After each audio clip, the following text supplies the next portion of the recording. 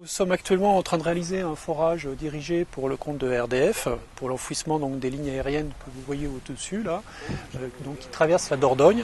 C'est un forage donc assez technique, puisque nous avons une longueur déjà de 250 mètres de forage et nous avons donc 3 fourreaux à positionner dans ce forage. Donc c'est des fourreaux de diamètre 160 mm PEHD.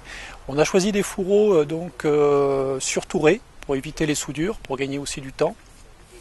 Et comme je vous disais, il est particulier ce forage parce qu'on a un terrain qui est pas facile, qui est pas simple, puisque c'est un terrain donc sablonneux, argileux, qui a la particularité de s'ébouler un petit peu, si vous voulez, dans le forage, quoi, enfin dans le tir. On est descendu assez profond au niveau du lit de la rivière, à 6 mètres en dessous, pour pouvoir justement chercher le terrain le plus homogène possible.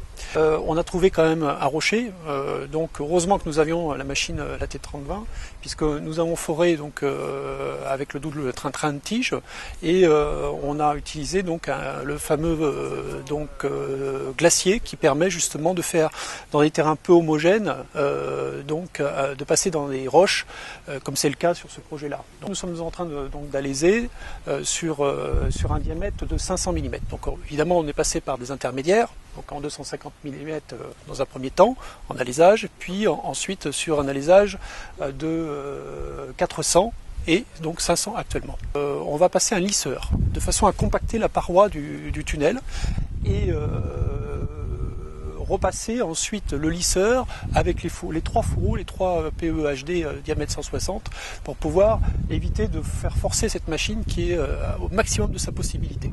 Le point technique, c'est que nous avons un rayon de courbure assez important sur ce chantier-là, puisque bon, derrière vous ne voyez pas, mais nous sommes vraiment juste au bord de la route, et donc avec peu de recul, nous sommes obligés d'avoir un rayon de courbure qui est très important, quoi. Donc ce qu'on ne pourrait pas faire avec une grosse machine, puisqu'on aurait des tiges qui n'ont pas la possibilité d'avoir un rayon de courbure assez important. Tout se déroule bien, croisons les doigts. De toute façon, comme tout dirait Foreur, la réussite du chantier, elle sera quand on aura nos 3 fourreaux qui seront arrivés donc à l'extrémité du forage. Voilà.